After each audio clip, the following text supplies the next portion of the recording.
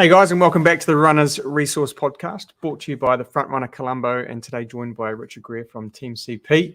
We're here on behalf of the Christchurch Marathon. Yeah, the Frontrunner Christchurch Marathon. Yes, Actually, I've been is. not leaving it out. It's quite important. You worked hard to make that happen. Yeah, we did. Yep. And you know, when I sat down with John a few months ago, and he said, "How should we make Christchurch Marathon great?" Yep. And I said, "Let's make it the most supportive marathon in New Zealand." And how do we do that? We educate people. So, what do you mean by supportive? We want to take people from conception of goal through to finish line feels. Yeah, nice. You can use that, John, if you want to use that in any marketing materials. Good.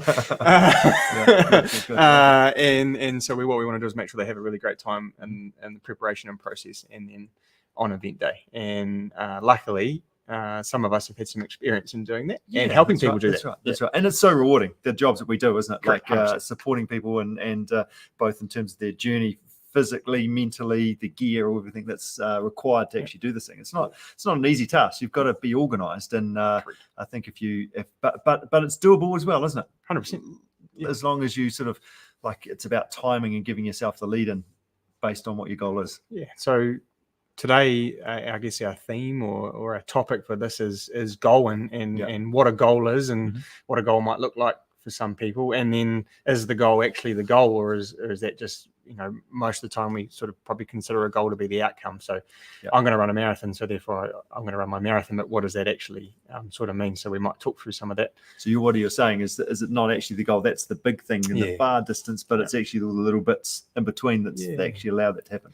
Yeah. So I guess, the way that I plan, I guess, a bigger goal is I look at sort of the three types of goals. And so that's sort of that outcome goal. So I'm going to run a marathon. That's the outcome. Yep. The performance goal. Is it to win a marathon? That changes for everybody. Yeah. I think you can't control what someone else is going to do. Yep. I can't control if John decides to pay a Kenyan East African distance runner to come over who can run 2:06. Yep. And I can't. So I think when you go, my goal is to win a marathon, it's quite a narrow thing, and you can't control that. But that's part of the outcome goal, isn't it? Like that's the thing that gets you out of bed in the morning. Yep. The outcome goal, isn't it? Just to throw it out there, and just to see what happens. I might be able to do it, but I might not be. Yeah. So the way I reframe that is say I'm going to run the best marathon I can. Yeah. Yeah. Okay. So come April the 21st, can I run the best marathon I can, and what goes into that? And then we start talking about performance goals. Sure. Along the way. So performance might be I really want to run 2:14 or 2:13. I want to win the race. I want to hit particular targets during workouts and the lead in. So those little things, sort of, you're right, the little bite-sized chunks of performance that might lead to this sort of bigger outcome. And I guess when you're goal setting, you might, maybe with your clients, you might have sort of an A, B, and C outcome. Yeah, I think so. You've talked about the outcome goal. There's a performance goal and the process goal, which we'll talk about a little bit more. But the outcome goal is it's like, let's just throw it out there. It's not necessarily about winning, but it might be about beating your brother. It might be about it's about how well I can actually go, probably versus others on race day. But again, as you say, I can't control that. But it's the thing that I have a bit of banter around. At work and I think I like to look at if I was in the best shape of my life, the day was exactly how it needed to be, and the competition was equal or just above my level. What am I going to achieve? That's the sort of that big pie in the sky stuff. And then obviously performance helps us get there. And then process, I think, is something that gets kind of missed, and we kind of do that automatically. But if we have a bit more control over that, because we can often control almost the entirety of their process unless we get hurt or sick or some of the other outside stuff like social things and family, then really those other two things kind of begin to take care of themselves. That's right. Yeah, exactly. The performance is really about the time, isn't it? Time or distance. And that's where the A, B, and C goal comes in, doesn't it? So, hey, for my performance goal, if I have a blinder, I might do 3:45. I'm happy with the 3 in front of it, potentially. But the C goal is just, thank God I finished, because this is a marathon. And we've this is all a half been marathon, a 10K, depending on what your what your level of goal is for you. But it's just about actually, what's the bottom line? And I'm still actually achieving that. Getting across the line and getting that medal is probably almost more rewarding, because you've had to suffer and you've got one heck of a war story as a result of that as well. I think some of my worst days have been the most rewarding on reflection, because you go, geez, I had to work really hard. Just oh hell, what am I going to do about this situation? And it's all calling to bits. So again, it comes down to that: what can I control? What can't I control? And obviously those processes I can begin to control. And we can't control whether we can't control course, we can't control competition, we can't control some injury, and there's poor planning, so we can plan better, things like that. And so I think we can begin to understand what we can and can't do inside of those goals. So the outcome goal, performance goal, process goal. So this is really talking about kind of race day stuff, really, isn't it? And those the process goals, the bottom line ones, are about your nutrition, are about your running technique, how you're actually holding yourself, are about your pacing. How am I actually stepping this out and don't go out like a bullet and try and keep up with you for the first 2 minutes, because I'm just going to blow up and disappear if that's your goal. But it's those little steps that you can achieve or focus on right now, which will then help me get through the next 3Ks, which will then keep focusing on that, will get me through the next bit. And in training, it's about saying, I'm going to go for a run today. I'm going to do that. And that's my first thing. And then I'm going to build on that. And I'm going to say, well, I'm going to have a rest day. And then the next day I'm going to run a little bit faster or a little bit longer. And then you're going to build that, I guess, that plan to get in. You say, can I stand up for as long as I need to stand up? Can I run as fast as I think I can run for as long as I need to be able to do it? And is my body robust enough to cope with that training? So that's sort of your area of expertise. Yeah, that's right. I really like that comment that you made. Can I actually stand up for this long? Like, it's going to take me 5 hours or whatever it is. It's about, that's thinking about actually pacing yourself, isn't it? Rather than just going, I'm going to run, like, because a marathon, you look different at the finish compared to what you look when you finish a 5K or a 10K, don't you? It's different. Like, it's not so much about fitness. It's actually more about strength. And that's why you say about, can I stand up for this long? Can I actually hold myself together for that long? So when you're coming up with your processes of training and hopefully you're working with someone, it's about saying, well, how am I going to get all the way there? How do I enable myself to stand up for that long? How does that look in terms of how long I need to prepare my body and mind to be able to, because nothing prepares you for 34K or 32K, 34K. That just becomes a battle of absolute willpower. But before then, it's saying, can I stay structurally sound? Does my technique stay together for as long as I possibly can? And really, a marathon is just about not dying or dying well. And I don't want to, scare people away from running a marathon. And for some people, a half marathon will be the same. It's like, so I'm going to get to that hour and a half mark. I haven't been able to get my sugars in. I'm running out of muscle glycogen. My technique's falling apart. It's a hot day. Mum's waved at me once, but she's gone now. How am I going to get, how am I going to get to that finish line? And so you start working through, and I think that proper planning, and then you can give yourself a wee pat on the back. Like, I've got workouts that we plug every 10 days, and I know when I get close to where I think I should be, or, sort of around those times or the splits in those workouts, I can go, what on, Oska? We're on track. And you just give yourself a little pep talk. Whereas if you kind of blindly just go for a run here, go for a run there, get hurt here, get sick here, miss a weekend, that's when that outcome goal starts to get really big and scary, and you go too hard. Too hard for me this time. I'll do something else. But you're talking about stepping stones, aren't you? Just making sure you've got some stepping stones. And I think that's one thing, I guess, that we do and you do as well in terms of where you're at, is it's a bit of that accountability, isn't it? And that's part of your support network that you've got, and making sure that you're actually checking in to see how are you going, where we supposed to be at based on this plan that we originally had, and then are we achieving that? And if we're not, well, what are we going to do about it? And if we are, well, let's set sail for the next piece. So we kind of talk about that as our like if and then sort of mentality, and that sort of, you might hopefully you don't get injured, you might get injured, so if that happens, what do I do? And she said, okay, well, have I got people I can go to? I need a physiotherapist, I need a doctor, I need a, so it's about putting those plans in place before you need them. And hopefully your planning means you don't never need them, but having that network where you can get onto it straight away. Because I think one thing I see in the shop is the most common thing is, I hurt my Achilles and I've taken 3 weeks off. And that might not be the best thing to do. You should maybe seeking help in the first 3 days would have been better. And Achilles, do they need 3 weeks off, or do they need actually to be worked? And that's, you don't know that if you don't know that. But that's where you work and we work as well. It's not just about us as individuals, but it's about that support network, isn't it? And referring off to good people that know how to look up. Kind of shuffle things around and make sure it's happening. So my event, 5K, 10K, half marathon, what's it going to ask of my body? So ask yourself that. What's it going to ask for me? I'm going to run a 4-hour marathon. Can I stand up? What do I need to do to stand up for that long? And then social influences. So around that, socially, how am I going to be influenced in my training? So that's around family and friends. And I think we don't probably talk about that enough. We often talk about, I'm going to hammer myself. I'm going to train like, what did Rod Dixon say? Weeks. Drink beer and train like an animal. I think he might have used a word other than beer, but like that doesn't actually work in the real world. You have to have a conversation with your partner. You have to have a conversation with your kids. You have to maybe have a conversation with your boss, because I can tell you when you get up to 2.5 hours or 3 hours of running, you are useless. So you need to say to them, like, I'm trying to do this thing. Hey, can we try and balance some stuff out, and just be like, it's proactive, so you have an enjoyable time, and that will reflect down in your mental health. And 100%. But if you do it well, you should be a better husband, a better dad, a better workmate, etc. As long as you make sure you look after yourself. That's really what the goal of this whole marathon gig is. It's that's the outcome. That's the thing I'm going to try and achieve. But actually, it's about how do I actually do that and to be able to enjoy the process at the same time. So bring your friends along. Maybe say to the fellas, we're not going to have beers tonight. We're going to go for a Sunday long run. You can try. So that kind of, bring them with you. And then I guess, obviously, physical stuff, we've talked about that. So you're going to have to do some running. And you're probably going to have to lift something and push something. Well, that's the thing. Like on that lifting bit, you do need to, it's about how you move your body differently. And actually, because running can be very straight up and down.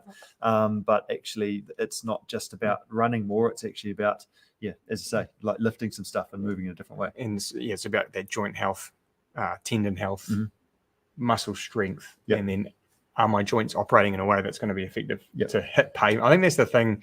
The hardest part about running, I'd say over an hour on the road. It's hard. Sorry, language. It's so hard, and like to absorb that force over and over and over again. There are some really easy things you can do to basically give you the best opportunity outside of running, because running is hard, like as its own thing. So, again, having a plan, talking to someone about it, having a, what else can I be doing outside of pounding pavement to increase my ability to pound pavement? So we've got some strength training. We talked about that as a key thing. And I think if someone comes to me and they've got a background of doing stuff in the gym, I'm like, oh, great, let's use that.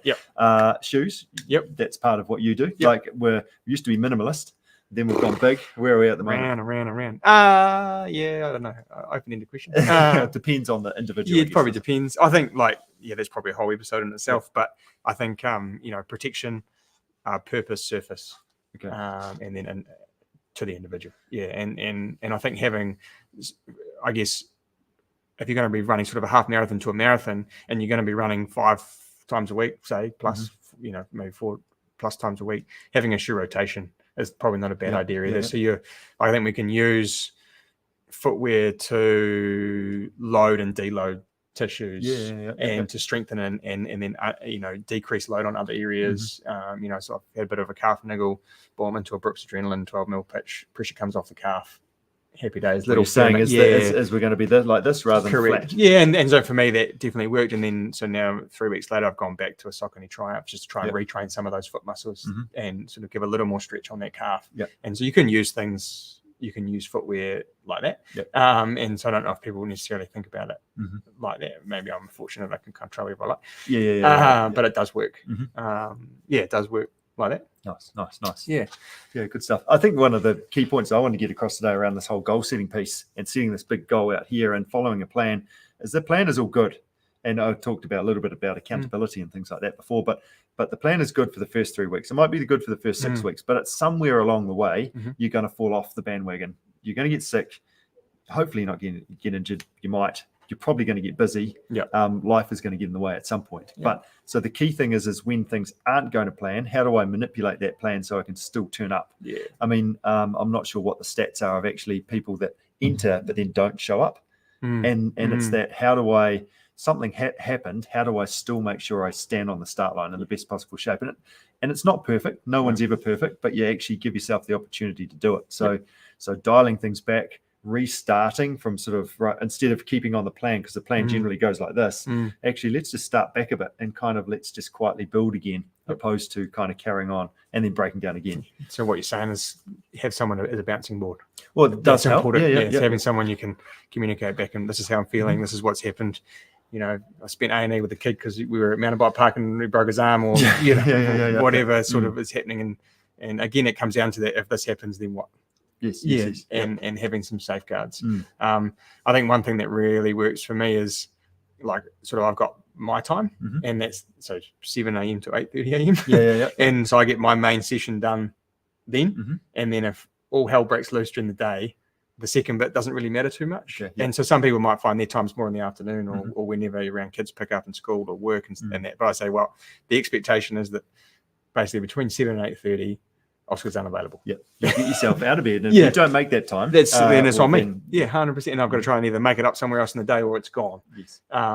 And once you kind of develop that system and routine and the household gets to know it, and then it becomes very easy. And because they know, okay, well, Oska's going to be available in the evening or the afternoon, so we can do those things then.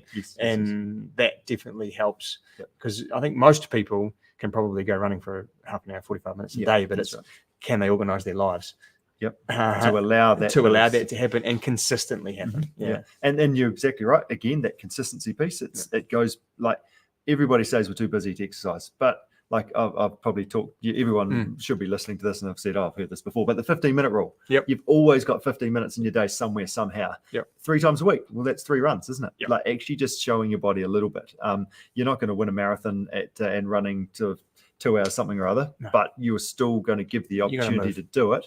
And especially in those times when you are busy and things aren't right, then you can kind of make yourself through that bit which isn't going to plan, and then you're not fully back to zero again. You're still kind of maintaining things. And then I guess the last piece of the puzzle, which is really important to me, is that sort of that mental aspect of training. And I wrote some people might have read it. If you haven't, it's up on our Frontrunner Colombo website. I wrote a blog when I got back from Latvia at World Champs, and it was really difficult for me because like there's 130 of the guys fastest athletes in the world, right? And you're saying it's so good, but it's absolutely terrifying. And like that's where you go an outcome goal. Well, how do I pick an outcome goal? What am I? Okay, I just don't want to be last. Almost. That was the fear, right? And you go, well, I could try and run a time. And you think, well, if I'm in the best shape of my life, running a personal best at a world championships would be pretty cool. But I can't control the fact that on the day was 50k an hour nor'westers and it was 2 p.m. in the afternoon and 30 degrees. And so that those outside influences probably don't. They're not going to be a great day. So I think I had to really sort of find a way to find some enjoyment. And then when I reflected on it for a few weeks and I was writing this blog, and I thought, actually, the way I look at it is running just makes me a better human and it gives my day some purpose. So if I find those two things, and if all my training is circled around having some enjoyment and giving my day a purpose, then actually my plan and my goal is real easy, because these are things I need to do. I enjoy them and they're exciting and they're fun. Some days I don't always like it. You drag your butt out when it's weather's not great. Or you're just tired and you've run 180k and you're just knackered, whatever. But then it's still like at the end of the day, I still really enjoy it. And so if mentally we can find the aspects of the running that we enjoy, then the other stuff I've got to do kind of, finds an easier place to make happen. And I always think people come in the shop and they say, I'm not a runner. I hate running, but I want some running shoes. And it's like, well, you're going to go running. So you're a runner. Like we're the same. We're going to run the same half marathon course on the same roads, at the same time. It's the same thing as people saying I'm not an athlete, but you've got to to do this marathon goal. You've actually become an athlete. And you've got to start actually accepting that and acknowledging that for yourself. And then they go, well, I hate running. Well, what don't you like about it? Well, it's hard. Okay, well, maybe run slower or find that's important. Like we're out the gate, boom, we're gone, and then we're struggling after. And then we hate it. So it's like, what don't I like about it, and what could be more enjoyable? And it took me a while to figure out the parts that I did and didn't enjoy.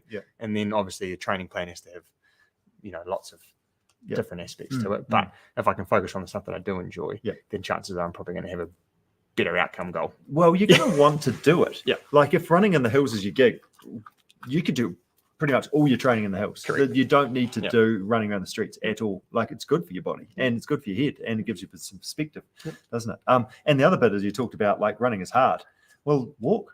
Walk's fine. Like you talked about actually the marathon, we need to stay upright for how many ever hours. And if long as you're upright and you're moving in the right direction, you're going to finish the marathon.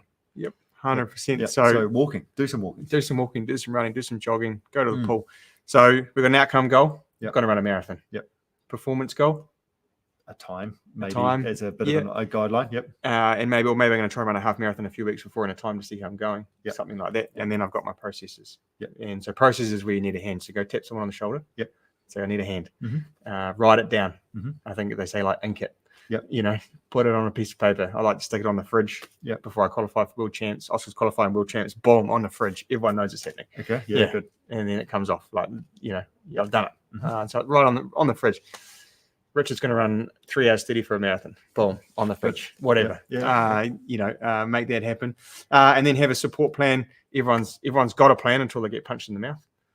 You know, Mike Tyson. Everyone's got a plan. So at some stage you're probably going to get punched in the mouth. So have a plan. Have enough of what and then. Nice. And then sort of to wrap that up, unless you've got something else there. No, I think we've done pretty well actually. We've covered a fair bit. And what have we been going for?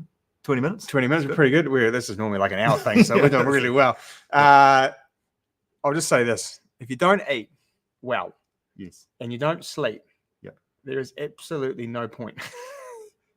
That's exactly right. And even listening to the last 20 minutes. Yeah, that's right. Well, you've got to get those rocks right. And stress is the other one as well, isn't it? I think that's the big thing. So, like you've got to get these foundation things right.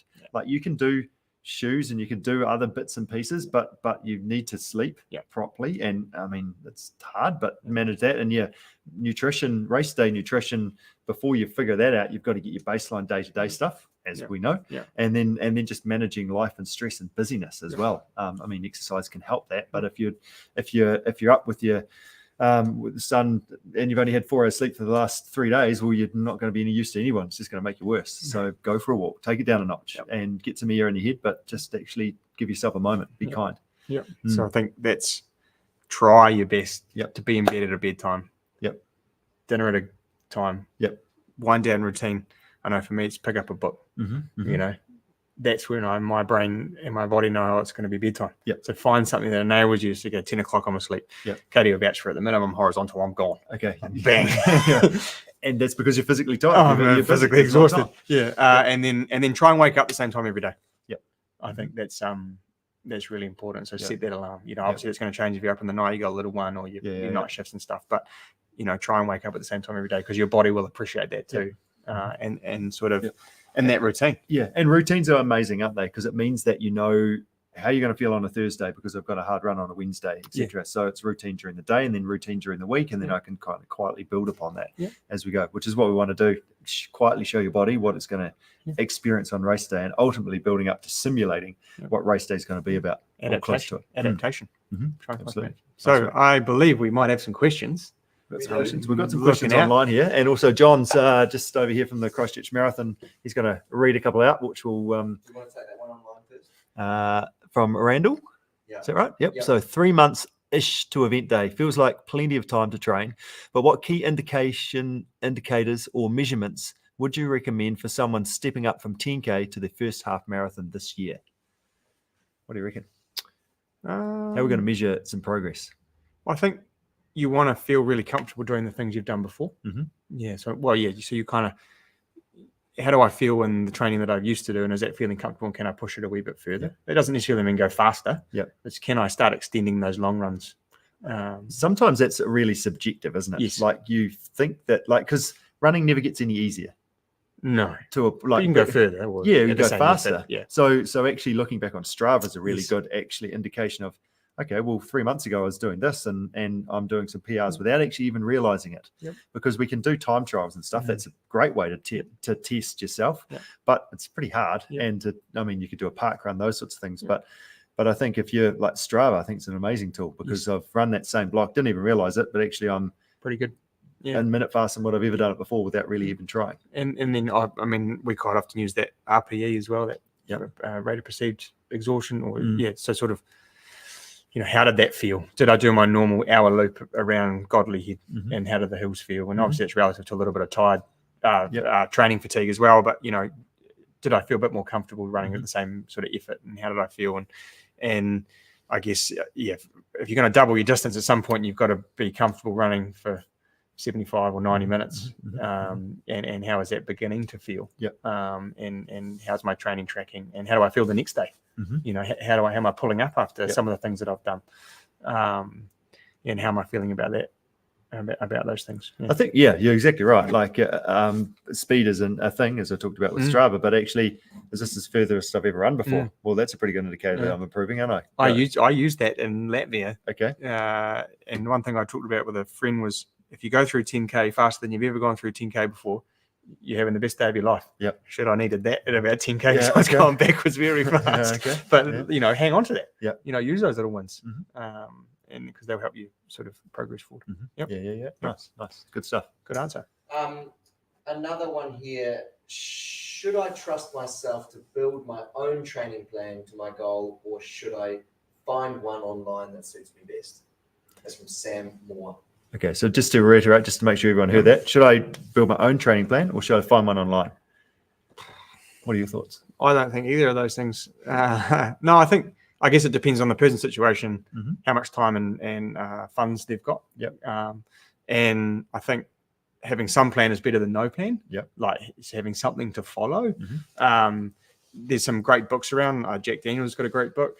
There's some things you kind of pick up, like Scorpio Books has got some stuff like that. But I genuinely think that if you're sort of a newbie or a novice, or even if you're trying to go faster or further than you've gone before, then you need someone that has some experience on getting your situation to the end outcome, because you've never done it before.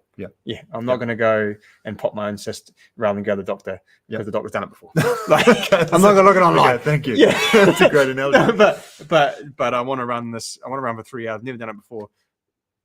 Help me. But I also understand that there's obviously a cost to that. So not everyone's in that position. And there are some great plans out there. You guys have got some stuff online that people can. So I think probably one of the key things with plans that you get online is often they're just too hard, and they might start too hard, or they build too fast, etc. I think that's the key bit. And as I mentioned before, like if you've got a plan and it's going well, but then the plan, something happens and then you can't. What do I do 6 weeks in, and then I have had 2 weeks off because I've been sick? Well, what do I do with this plan now? I think that I think plans online there's nothing wrong with them at all. It's just the making sure that we don't cook ourselves when things don't go to plan. So having somebody that you can chat to make sure that you change it around, I think it's good. And I think writing your own plan could be fine. It depends on, as you say, there's lots of great books out there, but it needs to fit with life and your routine and all that sort of stuff. That's what you can take that plan that's online and build it yourself a bit, because and get the family involved a bit more. You've got to be super disciplined to execute your own plan. But if you're accountable to whatever, someone who's taken the time to help you, then you'll probably find that you might more inclined to. You do get those 50-50 ones done a little bit more, don't you? Actually, I really can't be bothered. And we all have that. And even for me, having, I tend to write my own plan and then Matt oversees everything and locks it all in. It's like, I need that too. Even for me, it's like, I need someone to say, hey, did you do this?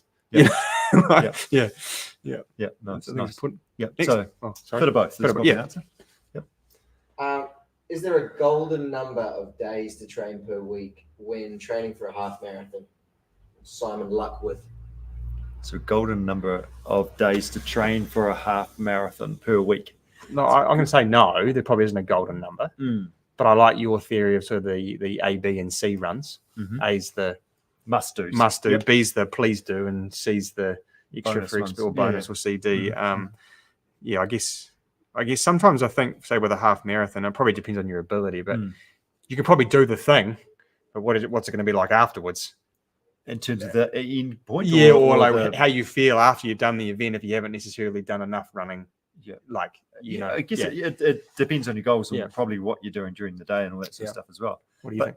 I don't know. It's a good question. I think, running's hard. So it depends on how well you've adapted to that.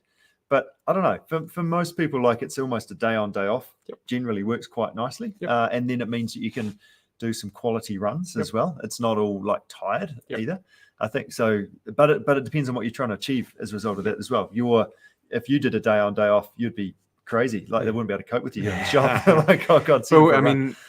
What's interesting about that is my training program is still hard day, easy day, hard day, easy day, hard day, easy day. So it's still the same idea. I just can handle a bit more running. So it's still the same theory. That's right. So your deloading, but you're still jogging, basically, is what you're doing. So, and then, okay, what are your key runs a week? Like, I'm doing a longer run in the week, and I'm doing a bit of a faster run in the week. So, and then would they be your main 100%. key runs?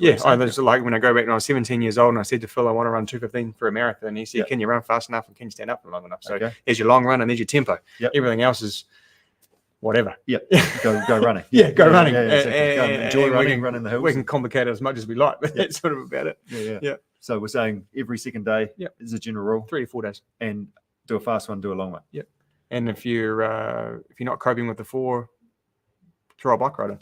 Do 3 day throw a bike ride in. Get that, go on bike in the hills, get some ticker.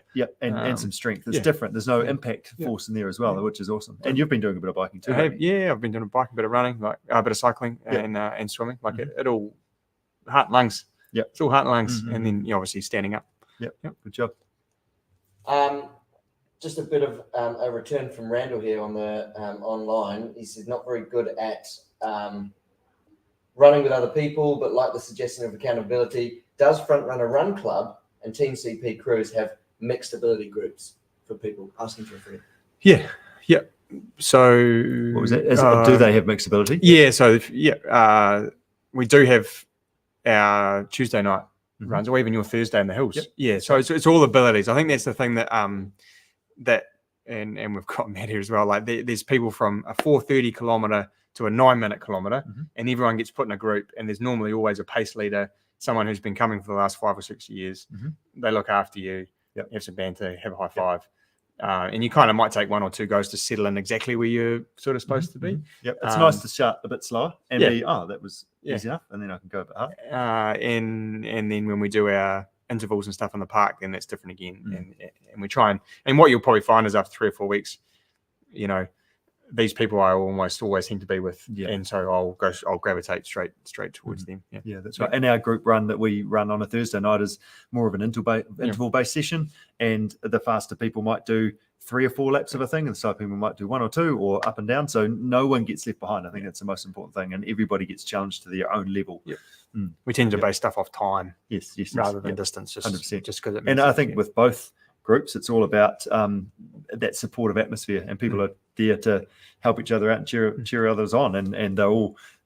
It's great to see everybody being successful. The Run Club's back next week. Run Club is back next week. If you haven't been before, 30th, is it Tuesday the 30th, 6 p.m. at the shop. A lot of new faces in that group, so we'll see how many people we get. That's good. But no, look, it's exciting, and it's always a great group. I think, we've had great success from people coming, and I love it. Actually, I've not even enjoyed it. I love it. I love those people, and watching some of them who could not run, come and say, I'm going to do this, bugger it, and watch them run a marathon or a half marathon. And it's great the way I have to bit of a shout out for you that like the interval sessions and things that you do, that you're giving some technique feedback. People are learning how to do a warm up, and they're encouraged and cheered on. I think it's great. So and it's free.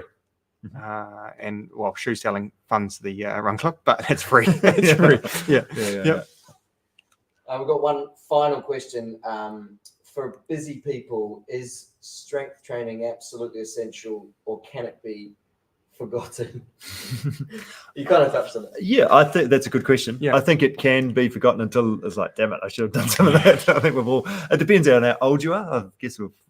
And the biggest chance of having an injury is, have you had an injury in that same place before? So I mean, you've probably got you've got your raft of physio exercise that you've built over the years, and I've got mine. That, but strength is a little bit like you're running. It's about consistency. It's about showing your body what you should be doing on a regular basis. I've got a 7-minute abs routine, which I did sounding like a Jenny Craig. But it's now evolved into 11 minutes. Like I generally take about 11 minutes, but it's not super hard. But I just get down and do some side planks and some sort of key movements that I need to do, and that's okay. I don't think strength needs to be a gym routine, because that takes time to get there.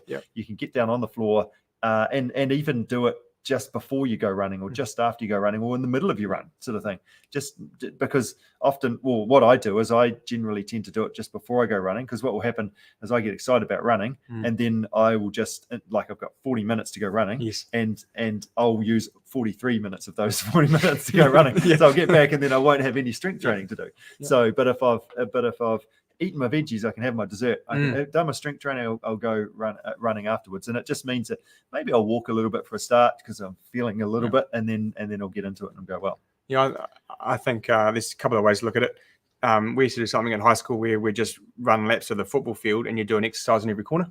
Okay, yeah. And so you know, like if that's one of your runs a week, run around a football field or a couple of football fields and pick a corner, and I'm going to do push-ups, sit-ups, you know, side planks, whatever. Sounds like run club. Yeah. No, I'm not going to do that to you. Oh, it's just shut down there. How many people on the Facebook page? But there was a great way to get something in, and because we're quite busy. And then something Val, who was I guess my first coach out of high school, is we'd do after our speed sessions, we'd do a core 20 minutes.